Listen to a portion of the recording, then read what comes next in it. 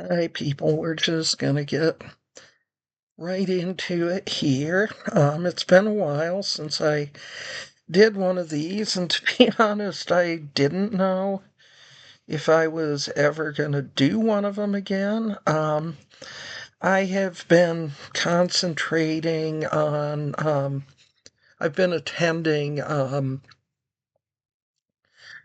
I'd probably mentioned that I'd been doing the Spenders Anonymous meetings, but I've also started doing Eating Disorders Anonymous, and before anybody gets the idea, oh good, she's finally addressing the fact that she's fat. Bitch, I know I'm fat. I already knew that. Um, and it's not about trying to make myself thin, and it's not about admitting that I'm powerless over my binge eating disorder, because my eating disorder actually has three facets.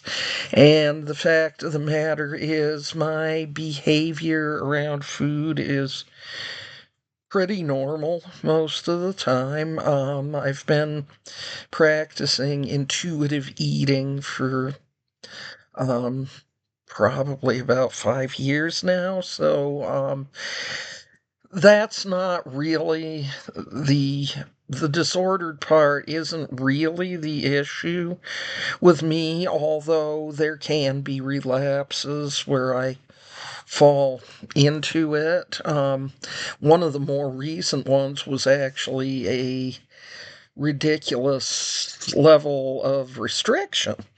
So, anyway, I'm not really going to belabor that part. Why I started attending the EDA meetings is to address the underlying body image and self-esteem issues that led me to start having eating disorder behaviors in the first place back when I was 12 years old. Basically, it started with bulimia, um, although there were certainly some other tendencies there already, and I could talk on for ages about really all the problems that my family had around food, and all the genetic stuff as far as the endocrine issues are concerned and all that. Um, I address that in my Substack, because the EDA meetings, I go to the ones mostly where there's a writing component, and um, I get that stuff down. And then a lot of the time I share it on my Substack. So if you subscribe to my Substack, lucky you, you're going to see it, all of it. But what I really wanted to do here today is to get get started back into my habit of kind of having twice a month on around about the full moon and the new moon doing one of these videos. And I don't really think I'm going to do them more often than that unless I have a really special announcement. I had wanted to initially do like writing sprints, kind of get-togethers with that, but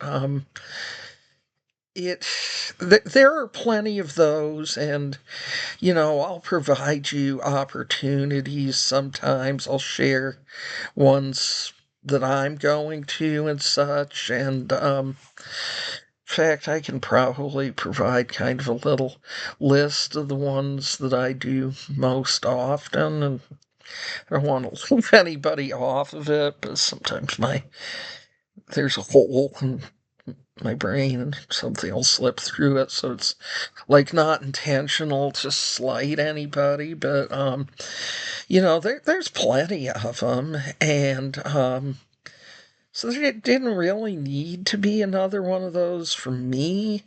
And I'm not like good at running live streams. I think that's probably kind of obvious. It's hard enough to keep up with what the hell I'm doing, let alone having to be looking over there and, oh, so and so says this, and then having to like manage a troll that comes in or whatever.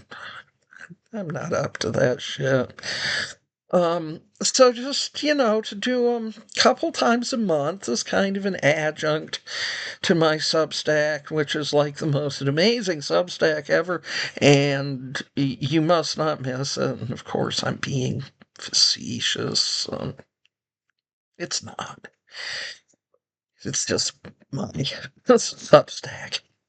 Anyways, so, during these, new moon and full moon, videos, I'll pull a divination card and, kind of let you know where the energy is at from my perspective. And if you're seeing it, it may have a message there for you too. You can, we say in, the EDA meetings, take what works for you and leave the rest.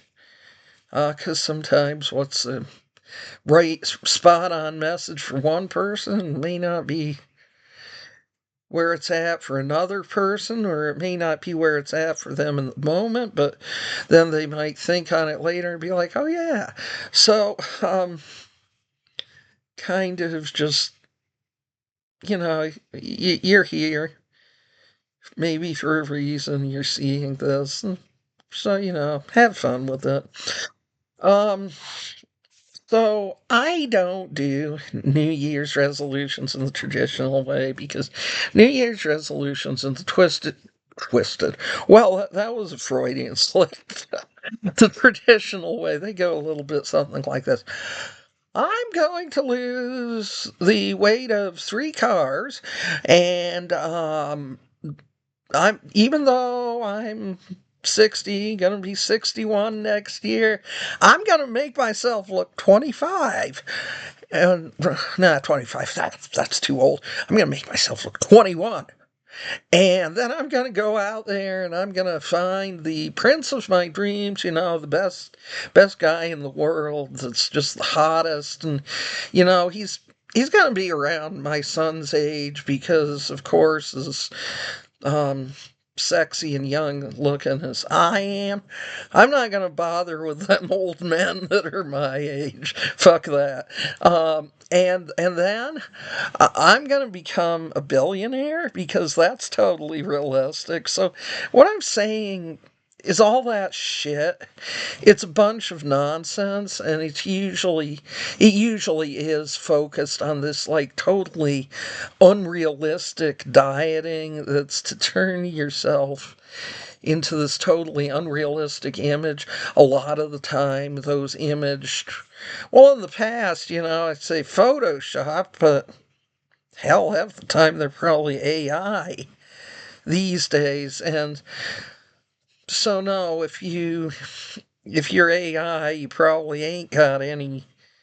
Well, you don't have a body mass to begin with. You're not real.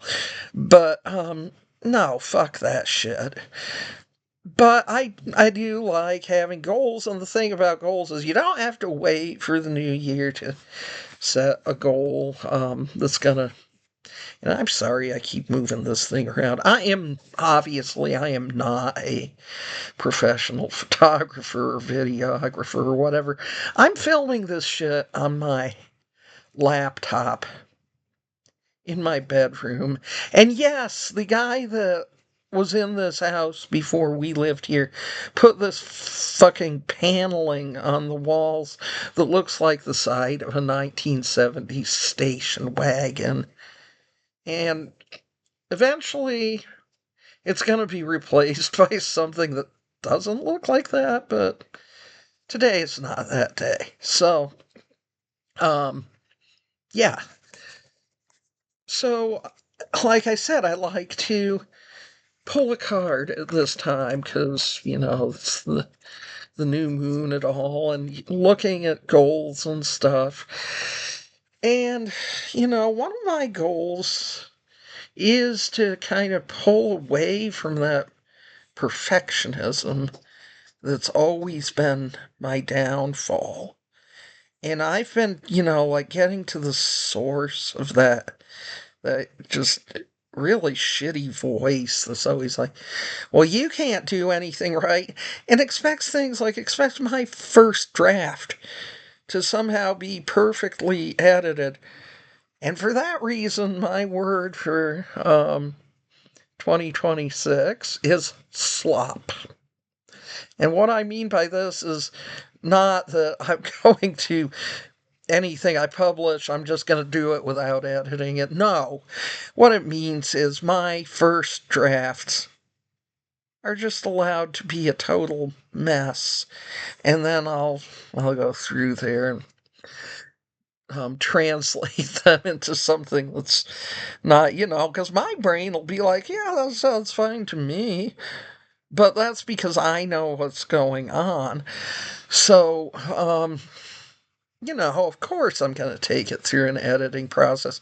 And that's where we turn it into pool instead of slop.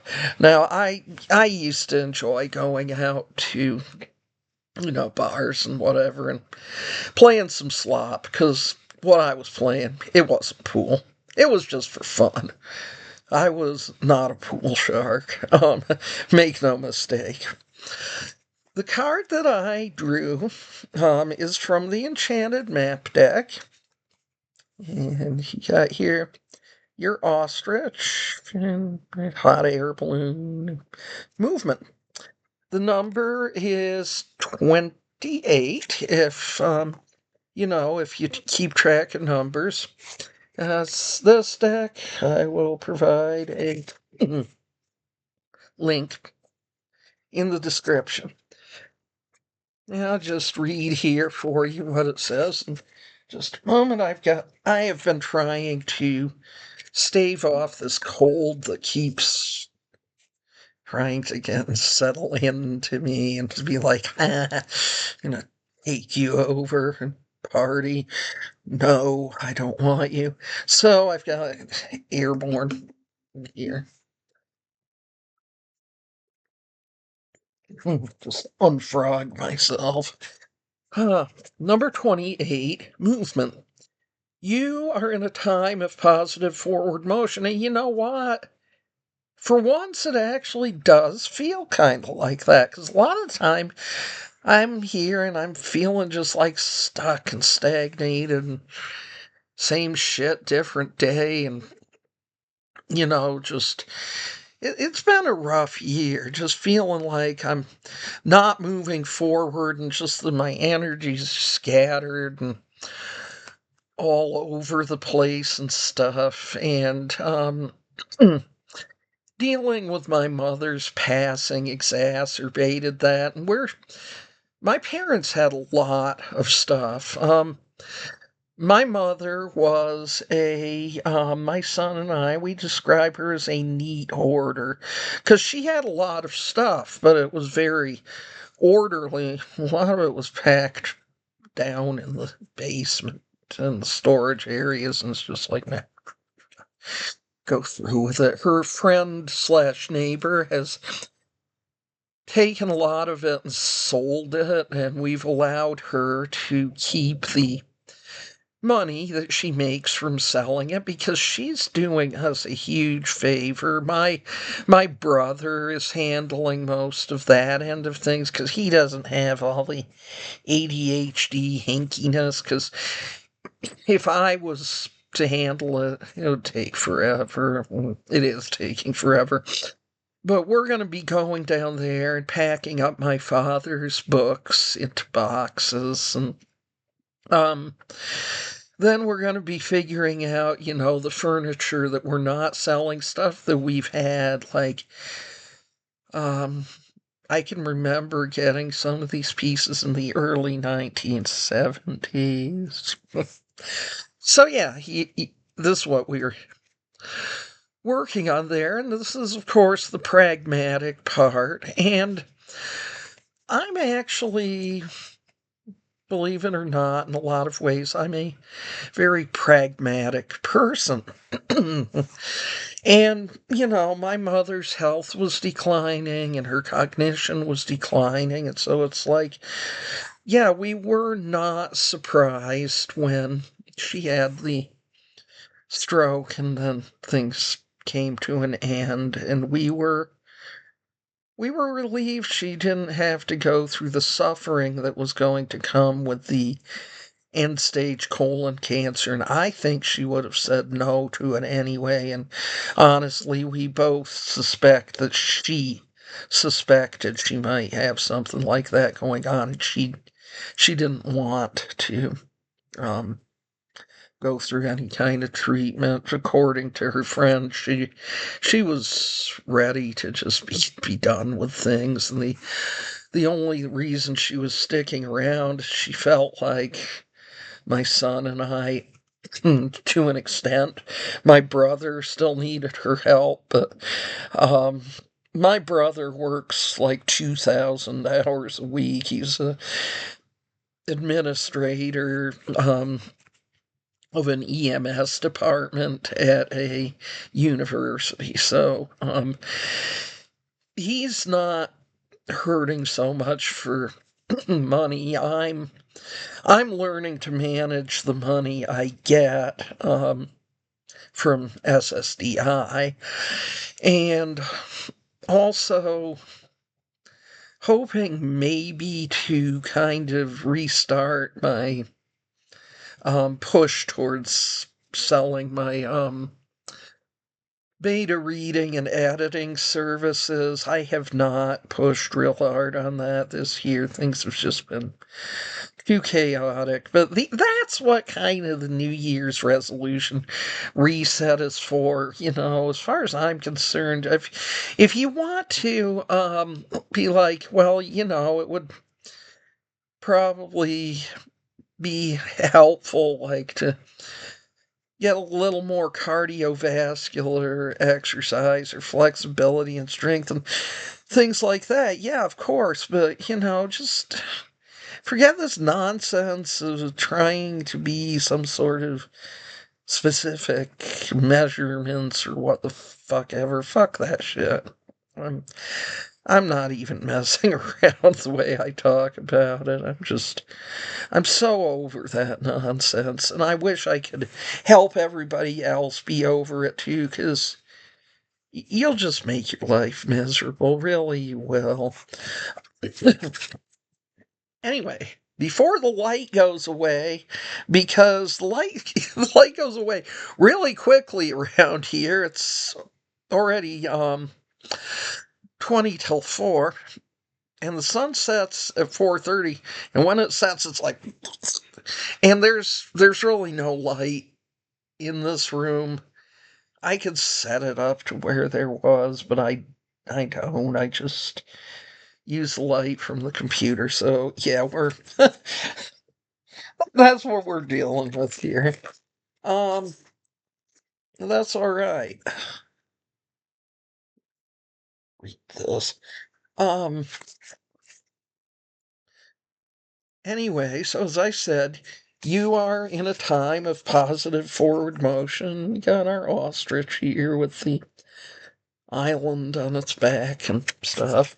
Um, this is a time for positive momentum as you come out of a period of restriction. As I said, I was like, yeah, this it actually feels like it's happening, which I have been dealing with, feeling like a lot of inertia and thinking, well, fuck, I'm just not going anywhere ever again. So there's a stage of, new discoveries, letting the things that are keeping you held down go, let go of the anchors that are keeping you trapped. So, um, if you're able and you want to, and you're feeling like, hey, I really would like to take a trip to thus and such a place, well, now could be a good time to do it as long as you're not like going to a war zone or something. Don't unless you're a soldier, you have to go there. Don't do that.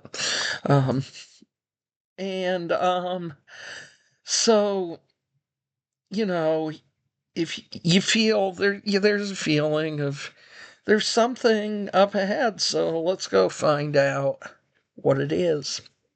Um, so also some possibility of some doors starting to open that seemed to be closed to you before. And, if you're me, there may be some things that fall out of the closet. Yeah, I don't know, but maybe there's something in there that's actually worth keeping, and you can look through and kind of cull through the rest. So, and also kind of like, for me, it does. It feels like the fog lifting from the mind, and no, I don't get to have the advantage of being young and having everything ahead of me. I don't get that. And sometimes I feel resentful that I'm really never gonna get that. Not gonna have the chance. I spent most of my youth doing work that I hated, if I'm honest. And so from that, you can take a warning. If you're feeling like that, um, do what you can to look into getting out of being stuck in that position, because it does matter.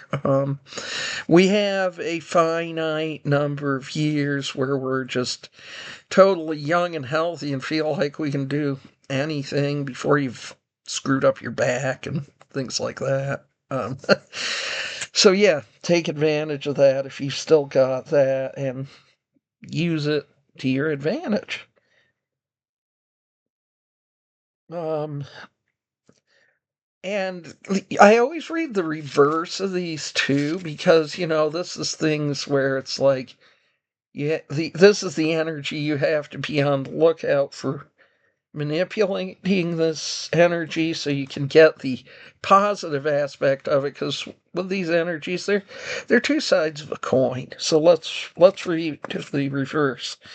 Um, if you feel like, which is what I've felt like for past several years, walking circle, going nowhere. Um, so even, and you feel like you're taking 2 steps forward and 10 steps back, but there's still movement there, and there's something you may be being called on to look at. Like, what got me moving forward were going to these Eating Disorders Anonymous writing meetings, because I started seeing things through that I was not consciously aware of before, and it's like, yeah, this real sticking point and some stuff that I really didn't realize before. Um, and realizing that is helping me to be able to also write fiction again, although I've been concentrating a lot on the nonfiction aspect. I'm just gonna put my blanket over my legs because it gets cold in here. We've been doing what we can, keeping the thermostat down around 55, so we aren't using as much propane, because propane is like $4 a gallon right now. It's really expensive. I have an electric blanket, and a lot of people might be like, are you crazy, terrible old woman? Well, these modern electric blankets are a lot safer than the old ones that some of you who are closer to my age might remember about all these fires and stuff. They have a lot more safety regulations on the manufacturer. I use this all the time. I have problems with temperature regulation, and a lot of the time I don't realize I'm cold until I start shivering, and that starts causing muscle cramps, which is what was happening here. And I don't want to have one of those cramps in my leg where I'm like kicking the computer off the bed because it's like, ah, fuck. So get my electric blanket going, and yeah, that feels righteous. Don't forget what I was saying. Ah, shit. No, I was on about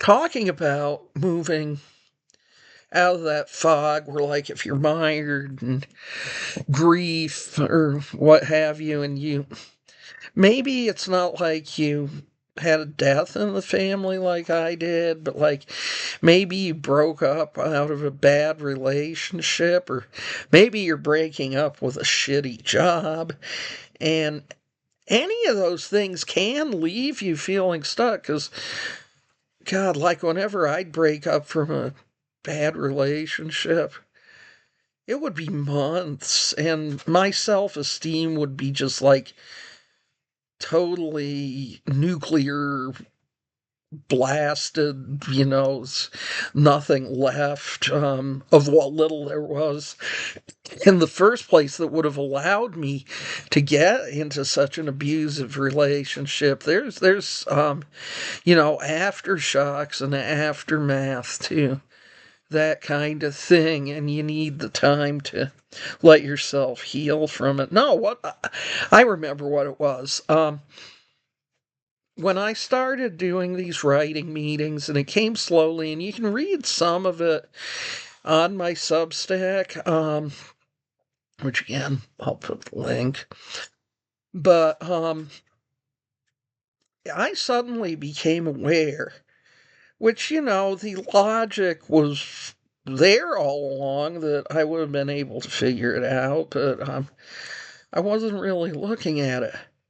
My father's behavior around food and exercise was orthorexic. No, orthorexia is where you over-exercise to try and keep yourself, in certain weight and physical condition and all that. And my father was a big man, and they didn't have the the athletic shoes for the different sports back then, the way that they started to. So he's running wearing basketball shoes. And he's like 6'4" and around 200 pounds, and he's running in basketball shoes. Well, it's putting a lot of stress on his spine, which he came to have to deal with later in life. But he was running, not like a couple miles a day, maybe, which for a young person, that would be, who's in good condition, doesn't have like any presenting physical issues that would keep that from being a good idea. That would be, he was running 6 miles a day pretty much every day. And he would show us his belt from, where it was buckled when he was heavy, and to where it was buckled now that he'd lost all the weight, and talking about how he never let himself get fat again. Now, my father was capable of eating quite a lot. He didn't diet, but he had a metabolism when he was young, at least, such that he was able to keep his weight down through this excessive exercise. And of course, I didn't realize that at the time that was orthorexia. And so that message, that's one of the ways this message got implanted in my mind about excessive exercising being a good thing, because I did engage in orthorexia myself, as I was getting into my teen years, I started doing that, and I also became bulimic. And the other place, and I already knew about this, but the other place where I got the message was from my mother's magazines, and in particular, I remember this one diet candy. It was called AIDS, AIDS. And basically, this was like chocolate caramels infused with lidocaine. It was supposed to. Oh, hello there, Bart. Bart's my son's cat. Lidocaine, of course, numbs things. And it was supposed to numb your stomach so you wouldn't feel hungry and you'd lose weight. Well, when I was a teenager, I bought some of those things, and I'll tell you what, it made my mouth numb, but I was still hungry, and I still wasn't sexy and bikini ready and all that.